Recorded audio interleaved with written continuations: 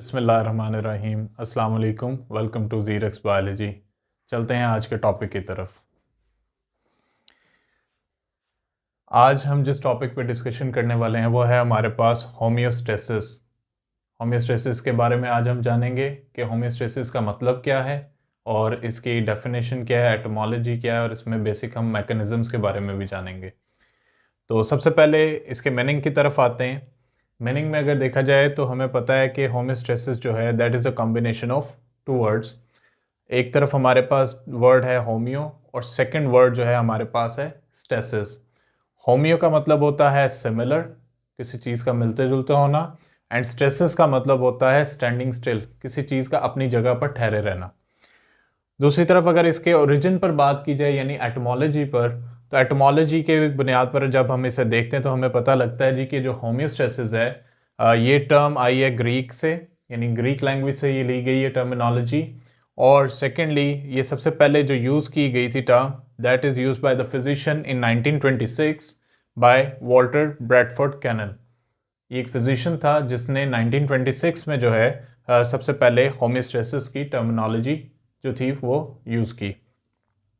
फिर अगर हम इसकी डेफिनेशन पे थोड़ा ध्यान दें तो हमें पता लगता है जी कि जो होम्योस्टेसिस है डेफिनेशन के मुताबिक उसकी दैट इज़ द प्रोटेक्शन। ये हमारे पास क्या है, प्रोटेक्शन है of internal environment from the harms and fluctuation in the external environment. यानी हम क्या चाहते हैं, अपने अंदरूनी माहौल को बचाना चाहते हैं बैरूनी माहौल में होने वाली तब्दीलियों से।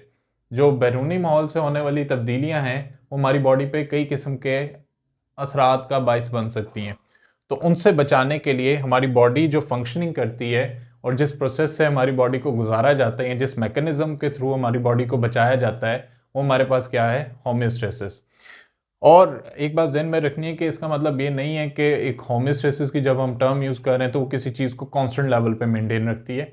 बाकायदा तौर पे यहाँ पे मैंने जिस तरह लिखा कि that keeps the internal fluctuation at narrow range, यानी एक स्पेसिफिक रेंज तक जो है हम होम्योस्टेसिस के थ्रू चीज़ों को मेंटेन रख सकते हैं, और वो इस रेंज में अगर रहेंगी तो देन हम एक हेल्दी लाइफ गुजार पाएंगे। और उस किसी भी स्पीशी के सर्वाइवल के लिए जो सबसे इंपॉर्टेंट चीज़ है वो उसका होम्योस्टेसिस है।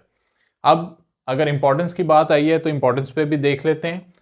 वो कहता है कि हमारे पास होम्योस्टेसिस जो है that is the central requirement in the maintenance of an organism. यानी ये क्या है कि किसी भी जानदार को चलाने के लिए एक सेंट्रल रिक्वायरमेंट है। इसका मतलब ये हुआ कि अगर ये हम रिक्वायरमेंट नहीं पूरी कर रहे तो इसका मतलब है कि वो स्पीशी या वो ऑर्गेनिज्म सर्वाइव नहीं कर सकता।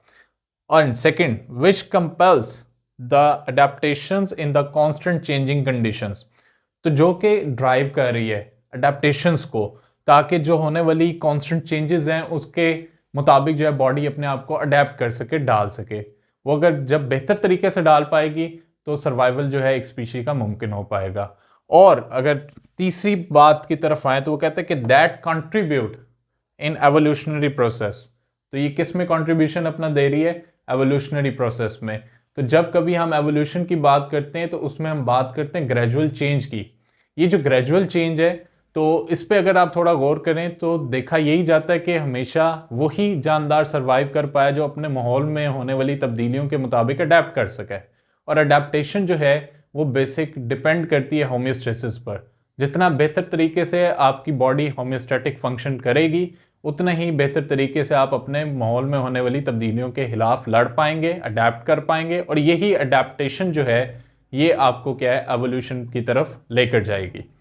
तो ये तीन चीज़ें जो हैं ये इसकी इंपॉर्टेंस को वाजे करते हैं कि विदाउट होम्योस्टेसिस जो है वो सर्वाइवल मुमकिन नहीं है। फिर हम देखना चाहते हैं कि कौन से ऐसे ससेप्टेबल कंपोनेंट्स हैं आपके इंटरनल एनवायरनमेंट के जो कि एक्सटर्नल फ्लक्चुएशंस की बुनियाद पर डिस्टर्ब हो सकते हैं और जिनका एक नैरो रेंज पर मेंटेन रहना ज़रूरी है। उसमें नंबर 1 हमारे पास वाटर है, यानी पानी को अगर देखा जाए तो हर जो जानदार है उसमें जो बेसिक या हम कहेंगे कि जो मैक्सिमम क्वांटिटी ऑफ थिंग या कोई भी चीज़ या सब्सटेंस वहाँ पे मौजूद है वो हमारे पास पानी है। पानी के बाद हमारे पास सोल्यूट है, सोल्यूट के बाद हम बात करते हैं टेम्परेचर। टेम्परेचर बड़ी अहमियत रखता है इसमें। आप एंजाइम्स के बारे में जब पढ़ते हैं वहाँ पे टेम्परेचर का एक स्पेसिफिक लेवल पे मेंटेन होना ज़रूरी है। फिर सेकेंडली हमारे पास क्या है, नाइट्रोजनस वेस्ट आ जाता है। अब ये जो नाइट्रोजनस वेस्ट है ये एक तरह से बनने वाली एक बाई प्रोडक्ट है, ठीक है, हमारी बॉडी के अंदर। और ये सारी की सारी फंक्शनिंग जो है किडनी के थ्रू की जाती है, जहाँ पे फिल्ट्रेशन ऑफ ब्लड हो रही है। और इस नाइट्रोजनस वेस्ट का हमारी बॉडी से एलिमिनेट होना ज़रूरी है। और ये चीज़ भी डिपेंड कर रही होती है आपकी बॉडी में पानी की कंसंट्रेशन लेवल के बुनियाद पर। जितना पानी ज़्यादा होगा उतना आपका डाइल्यूट यूरिन और सेकेंडली नाइट्रोजनस वेस्ट उसके थ्रू पास आउट होंगे। और जितना जो आपके पास पानी की क्वांटिटी कम होती जाएगी तो उतना ही नाइट्रोजनस वेस्ट की कंसंट्रेशन हाई होती जाएगी। फिर हम जानना चाहते हैं कि होमियोस्टेसिस जो है वो किस तरह रेगुलेट करता है, किन मैकेनिज्म्स के थ्रू। तो वो हमारे पास हैं जी, that are the mechanism involve in regulation. 3 mechanism होते हैं। नंबर 1 हमारे पास ऑस्मो रेगुलेशन है, नंबर 2 एक्सक्रीशन है, नंबर 3 थर्मो रेगुलेशन है। सबसे पहले ऑस्मो रेगुलेशन पर बात कर लेते हैं। ऑस्मो रेगुलेशन जो है that is a regulatory function of solute and water in our body.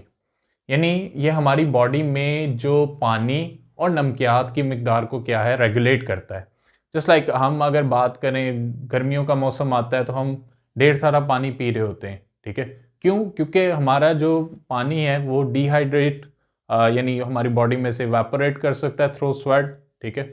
तो उसके साथ साथ हमारी बॉडी की रिक्वायरमेंट जो है पानी की बढ़ती जाती है। लेकिन सेकेंडली अगर हम यूरिन की तरफ देखें तो उस टाइम पे हमारे जो यूरिन है वो कंसनट्रेटेड जो है वो बन रहा होता है, क्योंकि पानी जो है वो ज़्यादा से ज़्यादा बॉडी यूटिलाइज कर रही है। इसी तरह जब एनवायरनमेंट चेंज होता है तो एनवायरनमेंट के लिहाज से जो है बॉडी को अपना पानी और सोल्यूट की कंसनट्रेशन को मेंटेन करना पड़ता है। बट वो हमेशा क्या है, एक कांस्टेंट या एक नैरो रेंज लेवल पे मेंटेन रहेगी, उसमें किसी किस्म की कोई तब्दीली नहीं आएगी। सेकेंडली हमारे पास क्या है जी कि एक्सक्रीशन है, ठीक है। तो एक्सक्रीशन पे जब मैं बात करता हूँ तो ये बड़ी एक इम्पॉर्टेंट चीज़ है। हम कहते हैं कि जब आपका ब्लड फिल्टर हो रहा है तो फिल्टर होने के बाद उसमें से जो बाई प्रोडक्ट रह जाती हैं वो हमारे पास नाइट्रोजनस वेस्ट है। ये जो नाइट्रोजनस वेस्ट है इसको बॉडी में से एलिमिनेट करना ज़रूरी है। तो उसके रेगुलेशन के लिए जो अमल इस्तेमाल या मैकेनिज्म इस्तेमाल हो रहा है वो हमारे पास एक्सक्रीशन है। अब कभी भी एक बात ज़हन में रखें कि एक्सक्रीशन को आपने डेफिकेशन या इजेशन के साथ मिलाना नहीं है। वो हमारी बॉडी में से अनडाइजेस्टेड फूड का एलिमिनेट होना है। But in case of excretion जो हमारे किडनी के थ्रू ब्लड को फिल्टर करके बाई प्रोडक्ट के तौर पे नाइट्रोजनस वेस्ट को निकाला जा रहा है, तो दैट इज हमारे पास एक्सक्रीशन है। थर्ड पे हमारे पास क्या है जी, thermoregulation. Therm is related to temperature और हीट, तो that is the maintenance of internal temperature at tolerable range, ठीक है। जैसा कि अगर हम ह्यूमन बॉडी की बात करें तो ह्यूमन बॉडी में हमारे पास 37 डिग्री सेंटीग्रेड जो है हम राउंड ऑफ करके नॉर्मली कहते हैं कि इतना हमारा टेम्परेचर जो है वो मेंटेन रहना चाहिए, जिसमें हमारे बॉडी के एंजाइम्स, हमारी बॉडी की जो मेटाबॉलिज्म है वो नॉर्मल वे में हो सकती हैं। तो ये तमाम वो चीज़ें थी जो कि हम होमियोस्टेसिस के बारे में जानना चाहते थे। और आज के हमने लेक्चर में ये तमाम चीज़ों को देखा, समझा और उनके मीनिंग्स, उनके एटमोलॉजी, उनकी जो है जितनी भी रिलेटेड टर्म्स थी उनको डिस्कस किया। बाकी इंशाल्लाह होती है नेक्स्ट वीडियो में मुलाकात। अल्लाह हाफ़िज़।